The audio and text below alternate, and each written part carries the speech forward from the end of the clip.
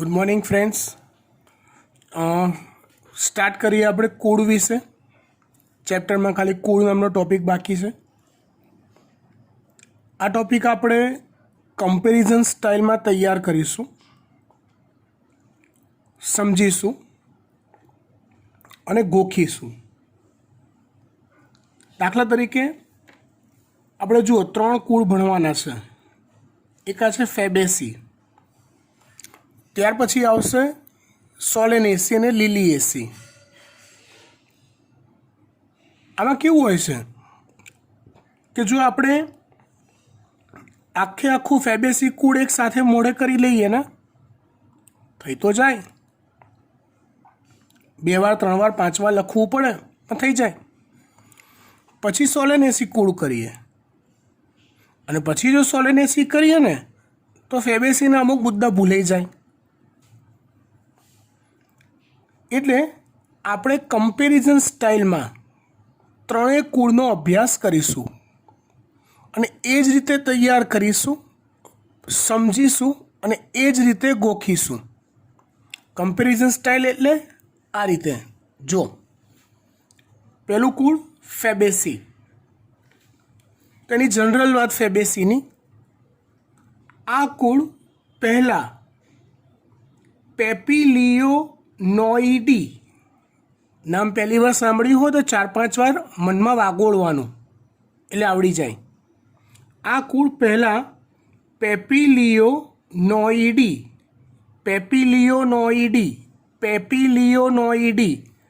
કહેવાતું હતું. એટલે પહેલાં ફેબેસી કુળને પેપિલિયોનોઇડી કુળથી ઓળખાણ મળતી હતી, પણ ત્યાર પછી તેનું નામ બદલીને ફેબેસી કુળ કર્યું છે. તે લેગ્યુમિનોઝી કુળનું ઉપકુળ હતું. પેપિલિયોનોઇડી એ એકચ્યુઅલી ઉપકુળ હતું. કુળ ઉપકુળ યાદ છે?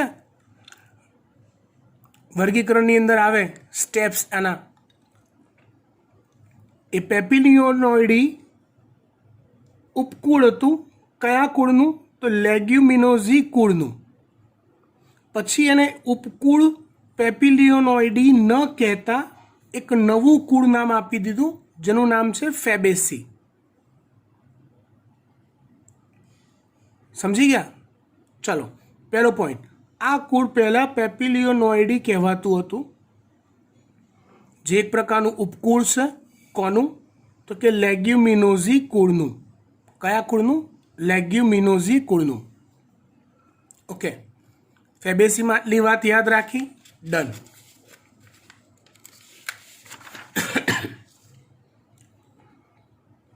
સોલેનેસી તે મોટું કુળ છે, મતલબ કે બહુ બધી વનસ્પતિઓ આ કુળમાં સમાવિષ્ટ છે.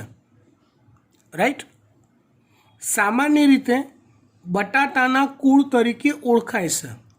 એટલે સોલેનેસી કુળમાં બહુ બધી વનસ્પતિઓ છે, પણ એમાં સૌથી વધારે ફેમસ બટાટા એટલે કે બટાકા છે. બટાકા એ સોલેનેસી કુળની વનસ્પતિ છે અને માટે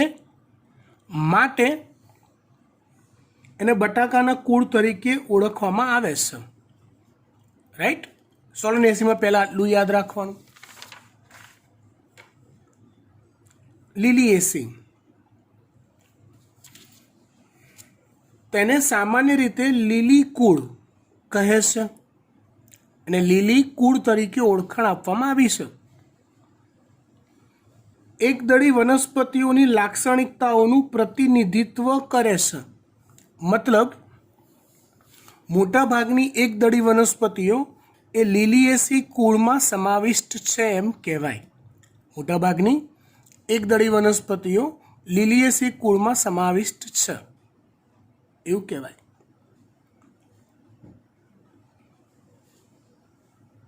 બરાબર? ચાલો, ત્યાર પછી આપણે પહેલો પોઈન્ટ આપણે તૈયાર કર્યો આ રીતે. આપણે આવું કરવાનું કે ચલો ફેબેસી, તો ફેબેસી માટે આવે આ પહેલાં આ કુળ પહેલાં પેપિલિયોનોઇડી કહેવાતું હતું, લેગ્યુમિનોઝી કુળનું ઉપકુળ હતું. સોલેનેસી માટે પછી શું આવે? તો કે તે તે સૌ મોટું કુળ છે અને બટાકાના કુળ તરીકે ઓળખાય છે. લીલિએસી માટે તે લીલી કુળ તરીકે ઓળખાય છે. એકદળી વનસ્પતિઓનું ના લક્ષણોનું પ્રતિનિધિત્વ કરે છે. ઓકે, આ રીતે મેં પહેલો પોઈન્ટ મોઢે કરી દીધો ત્રણેય કુળનો. ચલો, ત્યાર પછી બીજા પોઈન્ટ પર આવ્યો, નિવાસ સ્થાન. ફેબેસીનું નિવાસ સ્થાન. તો સમગ્ર વિશ્વમાં બધે જ ફેબેસી કુળની વનસ્પતિ ક્યાં જોવા મળે છે? તો કે સમગ્ર વિશ્વમાં બધે જ જોવા મળે છે.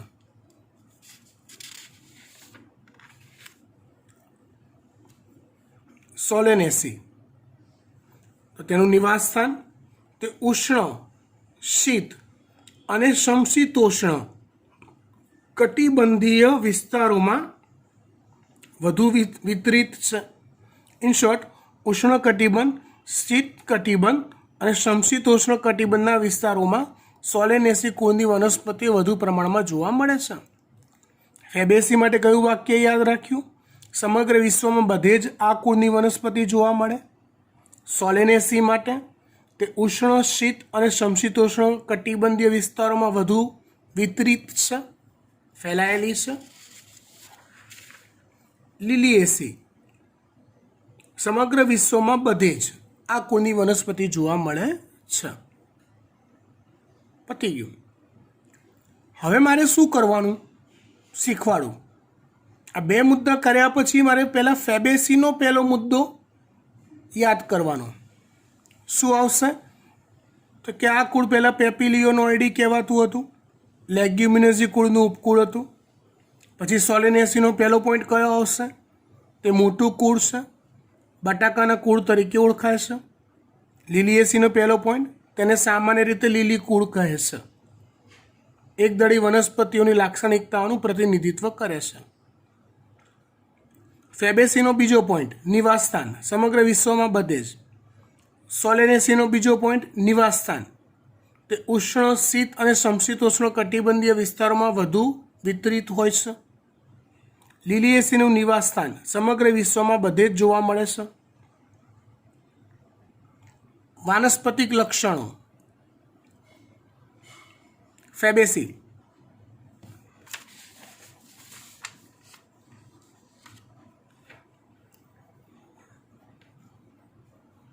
વાનસ્પતિક લક્ષણો ફેબેસીના: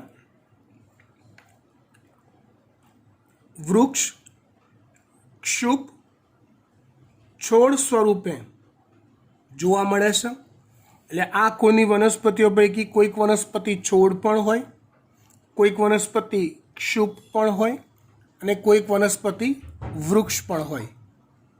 આ કુળની કેટલીક વનસ્પતિ છોડ પણ હોઈ શકે, કેટલીક ક્ષુપ પણ હોઈ શકે અને કેટલીક વૃક્ષ પણ હોઈ શકે.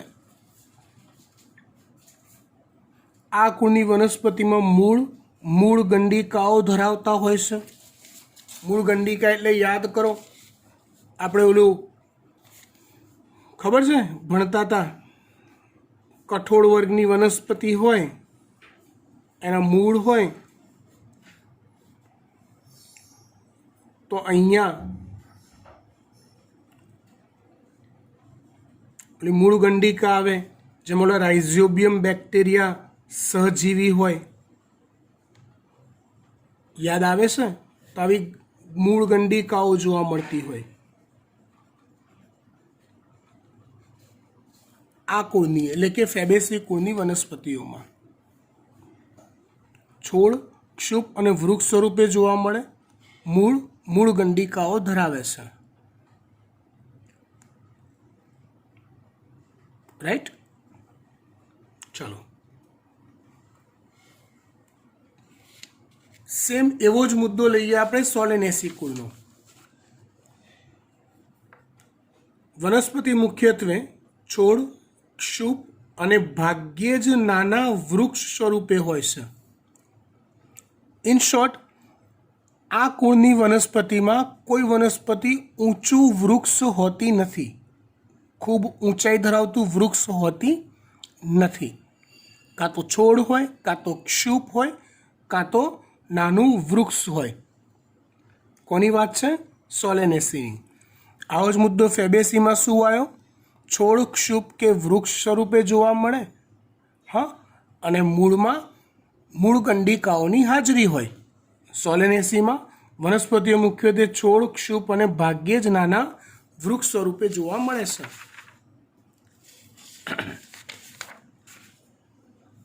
લીલિએસી. લીલિએસીના વાનસ્પતિક લક્ષણોમાં ભૂગર્ભીય કંદ. હવે ભૂગર્ભીય કંદ એટલે શું? તો એકચ્યુઅલી આમાં એવું છે, કંદનો અર્થ જ એવો થાય ખોરાક સંગ્રહ કરતો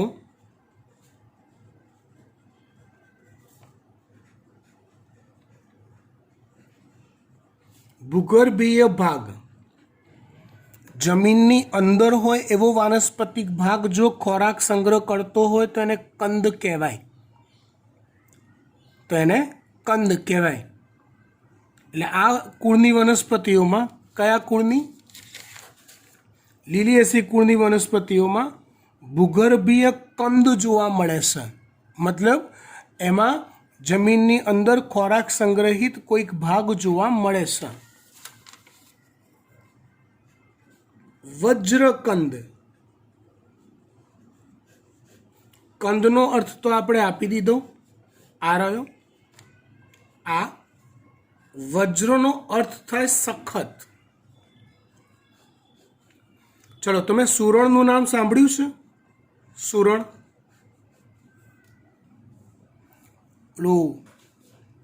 કેટલીક શાકની લારીઓ પર જોવા મળે અને લગ્ન પ્રસંગો દરમિયાન રસોઈયાઓ દાળમાં વિશિષ્ટ સ્વાદ ઉમેરવા માટે સુરણનો ઉપયોગ કરતા હોય.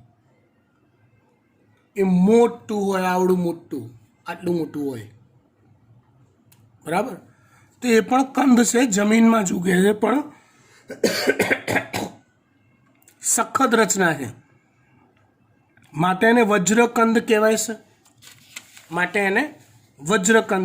છે. તે ગાંઠા મૂળી સાથેના બહુવર્ષાયુ છોડ છે. બહુવર્ષાયુ એટલે શું એ સમજાવીએ પહેલા ગાંઠા મૂળી એટલે શું એ સમજાવું.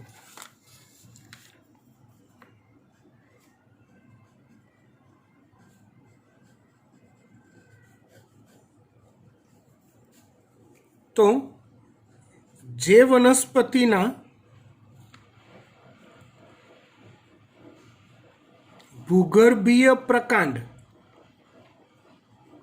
પ્રકાંડનો ભાગ ભૂગર્ભીય હોય, તો ભૂગર્ભીય પ્રકાંડની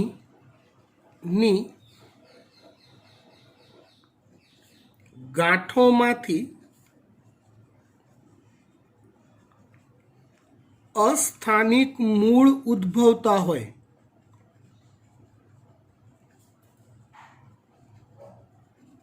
જે વનસ્પતિના ભૂગર્ભીય પ્રકારની ગાંઠોમાંથી અસ્થાનિક મૂળ ઉદ્ભવતા હોય એને ગાંઠા મૂળી કહેવાય છે. દાખલા તરીકે આપણે આદુ લઈએ. તો આદુ એ પૂરેપૂરું જમીનમાં ઉગે, આવો અનિયમિત આકાર હોય અને આખું જમીનમાં હોય છે. આ આદુ એ પ્રકાંડ છે. તો એની ગાંઠમાંથી આવા પ્રકાંડ છે, એની ગાંઠમાંથી આવા અસ્થાનિક મૂળ ઉદ્ભવે છે. આદુ એ ભૂગર્ભીય પ્રકાંડ છે, આખું જમીનમાં જોવા મળતું એનું પ્રકાંડ હોય. તો એ પ્રકાંડમાંથી, એની ગાંઠમાંથી મૂળ ઉદ્ભવે. યાદ કરો, મૂળ જો બીજની ગર્ભધરીના ભ્રૂણમૂળમાંથી ઉદ્ભવે તો જ સ્થાનિક મૂળ. એ સિવાયના બાકીના બધા મૂળ કેવા કહેવાય? અસ્થાનિક મૂળ કહેવાય. ખબર પડી ગઈ? ડન. વાનસ્પતિક લક્ષણો: ભૂગર્ભીય કંદ, વજ્રકંદ કે ગાંઠામૂળી સાથેના બહુવર્ષાયુ. બહુવર્ષાયુ એટલે તો કે છોડના 3 પ્રકાર હોય, વનસ્પતિના 3 પ્રકાર હોય.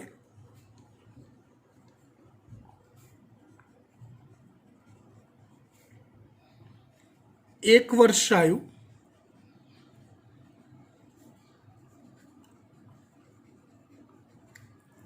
દ્વિવર્ષાયુ અને બહુવર્ષાયુ. એક વર્ષાયુ, દ્વિવર્ષાયુ અને બહુવર્ષાયુ. એક વર્ષાયુ એટલે શું? તો કે વનસ્પતિનું આયુષ્ય એક વર્ષનું હોય. એ એક વર્ષમાં એ વૃદ્ધિ પામીને મૃત્યુ બી પામી જાય. 2 વર્ષનું હોય, બહુ બધા વર્ષ જીવે, એને બહુ વર્ષાયુ કહેવાય.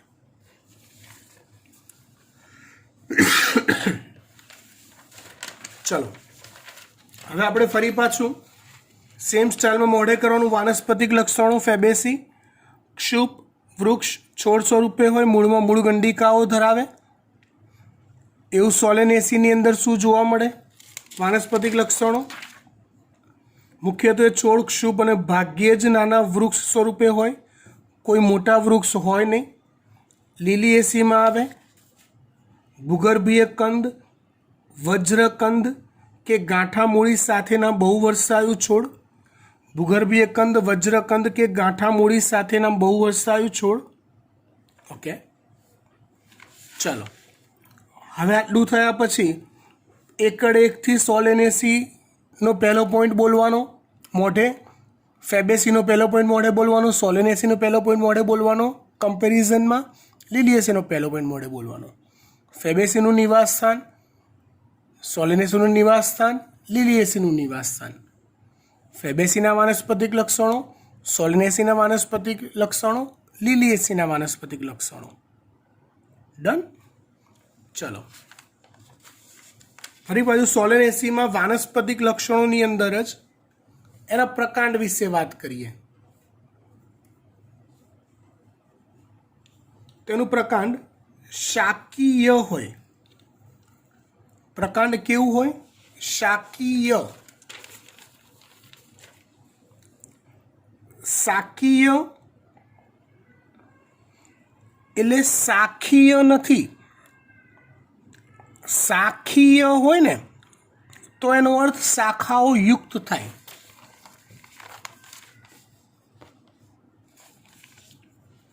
અહીંયા શબ્દ આપ્યો છે શાકીય. શાકીય એટલે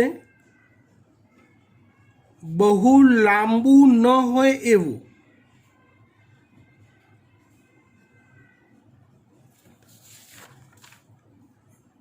સોલેનેસીની વાત છે. એનું પ્રકાંડ પહેલાં ફેબેસી લઈ લઈએ, ક્રમમાં શીખીએ. That's my mistake, sorry.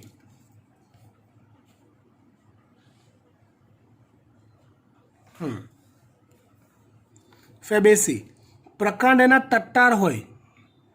તટ્ટાર એટલે સીધા હોય કે વેલા સ્વરૂપી હોય. વેલા સ્વરૂપી એટલે પ્રકાંડ નબળું હોય અને વેલ તરીકે વનસ્પતિ આરોહણ કરતી હોય. કાં તો પ્રકાંડ તટ્ટાર હોય, કાં તો વેલા સ્વરૂપી. કયા કુળની વાત કરી? ફેબેસીની. ચલો, સોલેનેસી તો પ્રકાંડ શાકીય. શાકીય એટલે બહુ લાંબુ ના હોય. જો બહુ લાંબુ હોય તો બહુ મોટું વૃક્ષ બને. આમ તો આ મુદ્દો આની અંદર જ આવી ગયો. એ નાના વૃક્ષ સ્વરૂપે છે, મેક્સિમમ ટુ મેક્સિમમ. એટલે એ પ્રકાંડ શાકીય ન હોય. પ્રકાંડ શાકીય કહેવાય. મતલબ કે બહુ ઊંચું લાંબુ પ્રકાંડ થાય નહીં, એવા પ્રકાંડને શાકીય કહેવાય. ભાગ્યે જ કાષ્ઠીય.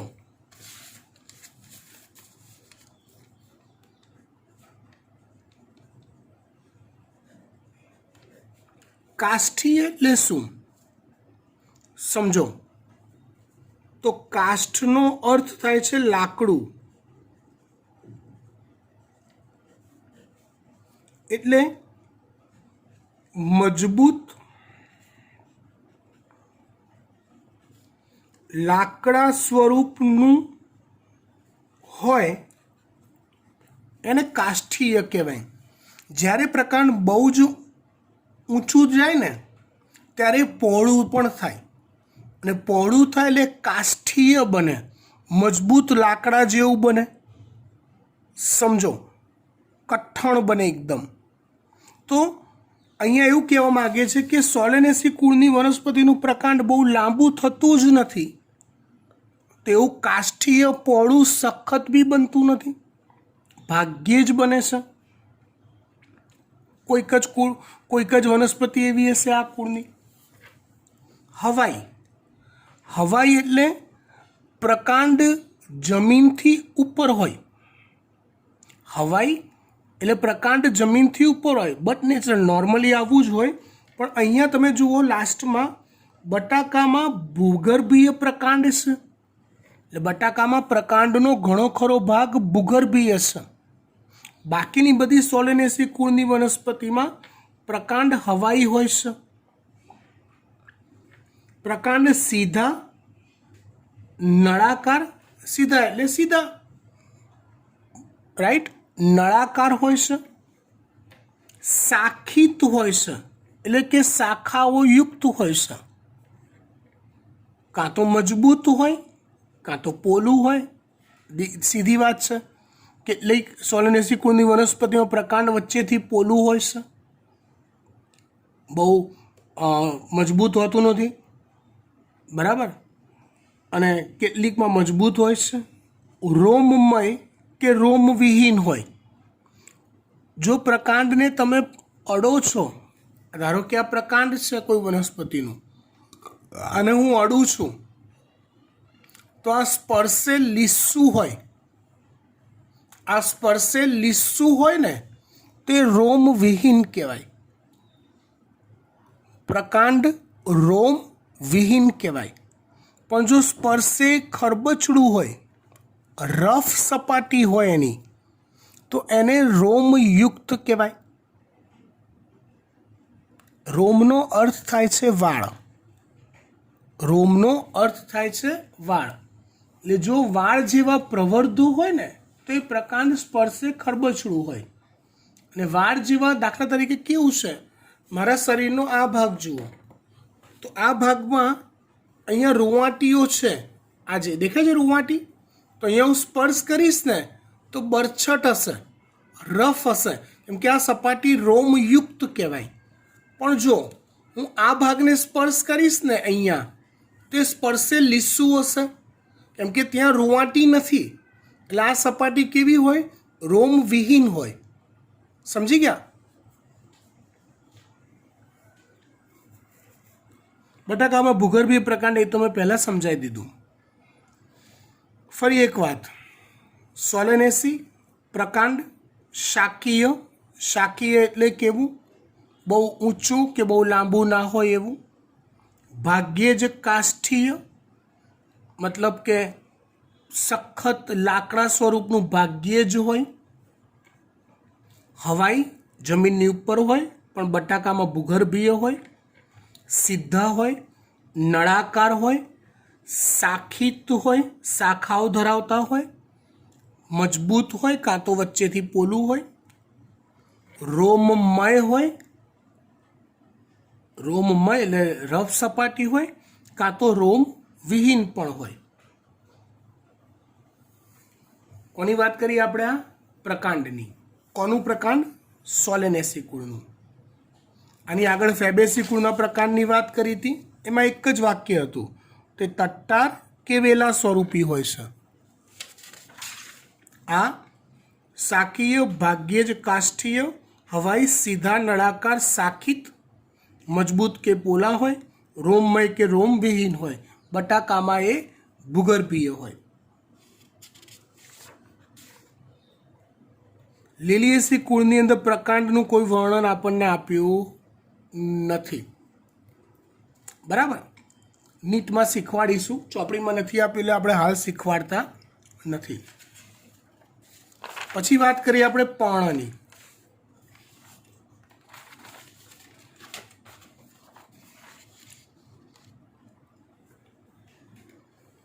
પર્ણ ફેબેસી એકાંતરિક હોય। આમ તો આપણને આવડતું હોવું જોઈએ, પર્ણમાં एकांतरिक मतलब केवुं धारो के आ प्रकांड छे हवे एक गांठ परथी जो एक ज पर्ण उद्भवतुं होय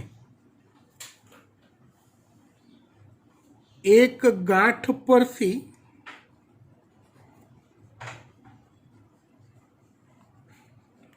एक ज पर्ण उद्भवे तो एने एकांतरिक कहेवाय। एक गांठ परथी जो एक ज पर्ण उद्भवे तो एने एकांतरिक कहेवाय। फेबेसी पर्णो एकांतरिक होय। सादा के संयुक्त पीछाकार होय। जो चेप्टर आखू याद हशे तो ईच एंड एवरी शब्दों में समझायेला छे।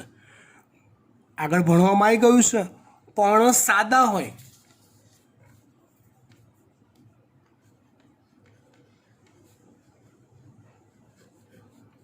तो आवा होय।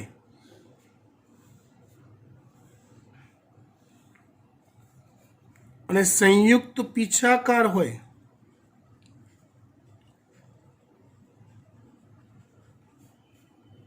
તો એ આવા હોય।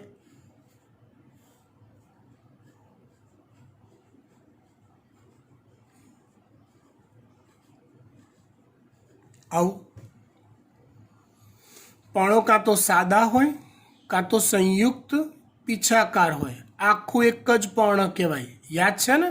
અને આ એક એક યુનિટ જે છે એને પર્ણિકાઓ કહેવાય।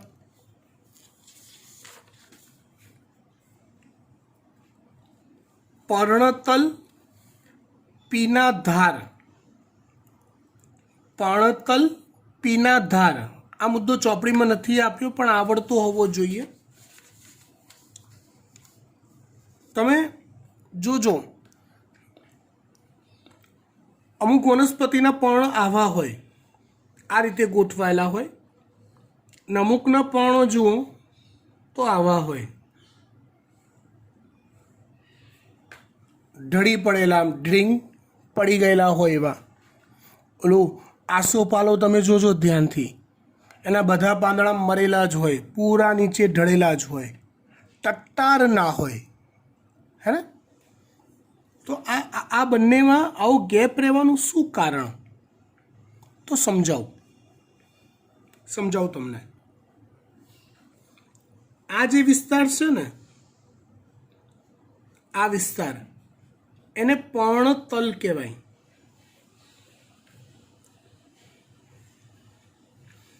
ए पर्णतलना विस्तारमां पीनाधार नामनी पेशी होय। आ पेशी पाणीનું પુષ્કળ શોષણ કરે એટલે એ પેશીના કોષો પાણીથી ચિક્કાર ભરાયેલા હોય मतलब કે ટાઈટે ટાઈટ હોય એકદમ કડક કોષો હોય પાણીથી ચિક્કાર ભરેલા હોવાના લીધે। એના લીધે એ ટાઈટનેસના લીધે તે પર્ણને આવું ટટ્ટાર રાખી શકે છે। मजबूत है आ पेशी એટલે આવું ટટ્ટાર રહે છે। અને જો પર્ણતલમાં આવી પીનાધાર પેશી ન હોય તો એ પર્ણતલનો આટલો બિંદુવત વિસ્તાર આખા પર્ણનો ભાર ઝીલી શકતું નથી અને માટે પર્ણ આવું ઢળેલું રહેશે। સાદી ભાષામાં જો પર્ણ ટટ્ટાર રહેતું હોય તો એના પર્ણતલમાં પીનાધાર પેશી હોય અને જો પર્ણ ટટ્ટાર ન રહેતું હોય ઢળી પડતું હોય તેના પર્ણતલમાં પીનાધાર પેશી ના હોય। ફેબેસી કુળની વનસ્પતિના પર્ણતલ પીનાધાર પેશી ધરાવે છે।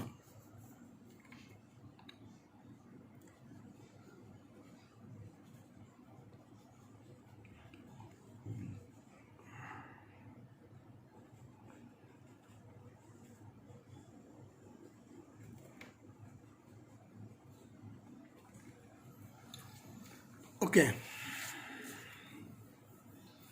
पर्ण वृंततलीय पर्ण વૃંતતલીય મતલબ પર્ણતલ વૃંત હોય છે, મતલબ કે પર્ણ જ્યારે પવન આવે ત્યારે સ્થિતિસ્થાપકતા જાળવી શકે છે. આ રીતે પર્ણતલ એ સ્ટ્રેચેબલ હોય છે, સ્પ્રિંગ જેવું. વૃંત એટલે સ્પ્રિંગ થાય, એટલે કોઈ એવી સ્પ્રિંગ જેવી રચના દેખાય નહીં આપણને. પવન આવે તો એ પર્ણ પ્રમાણમાં આમ સ્ટ્રેચેબલનેસ બતાવે છે, સ્પ્રિંગ જેવી રચના એટલે વૃંત કહેવાય. એ સ્ટ્રેચેબલનેસ ધરાવે છે એનું પર્ણતલ એવો અર્થ થાય.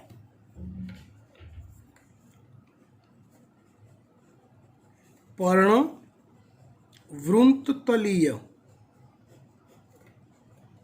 મતલબ કે પર્ણતલ એ સ્થિતિસ્થાપકતા દર્શાવે છે.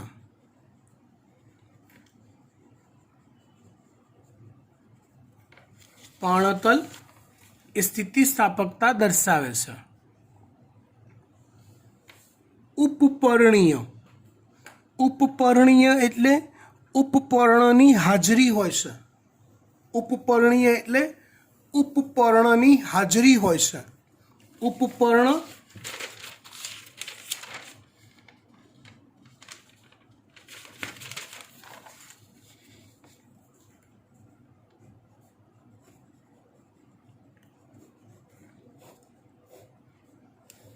આ પર્ણ હોય તો પર્ણતલ પાસે જ આવા લીલા રંગના 2 યુનિટ હોય, જેને ઉપપર્ણ કહેવાય છે. તો ઉપપર્ણની હાજરી હોય માટે ઉપપર્ણીય કહેવાય. જાલાકાર શિરાવિન્યાસ ધરાવે છે. જાલાકાર શિરાવિન્યાસ આ હું ડ્રો કરીને યાદ નથી કરાવતો, તમને યાદ હોવું જોઈએ. ફરીવાર ફેબેસીનું પર્ણ રિપીટ કરીએ આપણે. પર્ણો એકાંતરિક એટલે એક ગાંઠ પરથી એક જ ઉદ્ભવતા હોય. સાદા કે સંયુક્ત પીછાકાર, કાં તો સાદા હોય કાં તો સંયુક્ત પીછાકાર હોય. પર્ણતલ પીનાધાર પેશી ધરાવે. પર્ણ વૃંતતલીય હોય. ચલો, પર્ણતલ પીનાધાર છે, ઇટ મીન્સ કે પર્ણ ટટ્ટાર રહી શકે છે. પર્ણ વૃંતતલીય છે એટલે પર્ણતલનો ભાગ વૃંત જેવો મતલબ કે સ્ટ્રેચેબલ છે. ઉપપર્ણીય છે, ઉપપર્ણની હાજરી જોવા મળે છે. જાલાકાર શિરાવિન્યાસ જોવા મળે છે. કોની વાત કરીએ આપણે? આ ફેબેસી કુળના પર્ણની વાત કરી.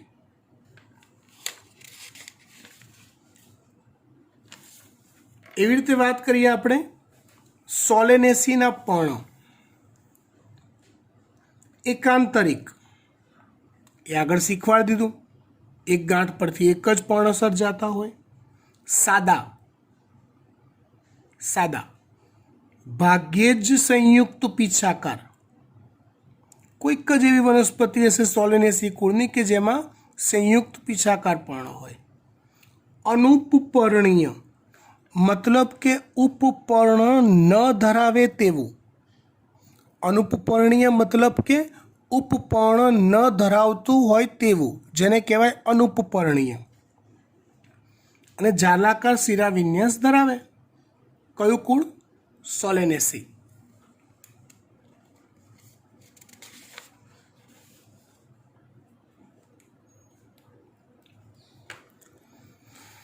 વાત કરીએ આપણે લિલિએસીની. મુખ્યત્વે તલસ્થ, મુખ્યત્વે તલસ્થ.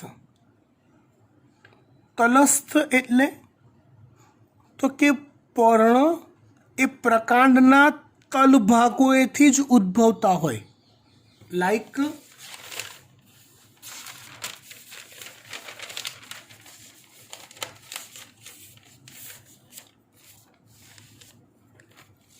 લાઈક આવું જુઓ, પ્રકાંડ હોય તેના તલ ભાગોએથી જ પર્ણ સર્જાતા હોય, ઉપરના ભાગોએથી ન સર્જાતા હોય, એટલે પર્ણ તલસ્થ હોય એમ. એકાંતરિક એક ગાંઠ પરથી એક જ સર્જાતા હોય.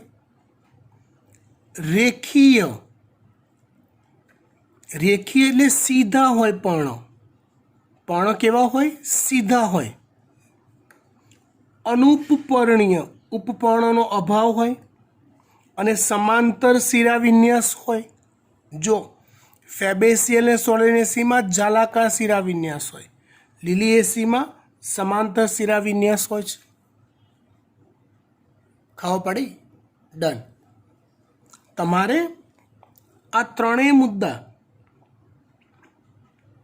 બેઝિક, નિવાસસ્થાન, વાનસ્પતિક લક્ષણો આવા એક એક મુદ્દા તૈયાર કરીને કમ્પેરિઝન સ્ટાઇલમાં, દાખલા તરીકે તમારે આખું ફેબેસી કુળ નથી લખવાનું તૈયાર કરતી વખતે ફેબેસીનો પહેલો મુદ્દો તમારે ચોપડો લેવાનો છે. સારું, આ વસ્તુ હું તમને કેવી રીતે હોમવર્ક કરવાનું એ ઓડિયો રેકોર્ડ કરીને મોકલીશ એટલે તમને આઈડિયા આવશે અને તમે એ રીતે ફોલો કરશો તો વધુ સારી રીતે કુળને તૈયાર કરી શકશો અને લોંગ ટાઈમ યાદ રાખી શકશો. બરાબર? અહીંથી આગળ જોઈશું આપણે આવતા અંકે. આટલું ટકાટક તૈયાર કરવું પડશે. Thank you so much.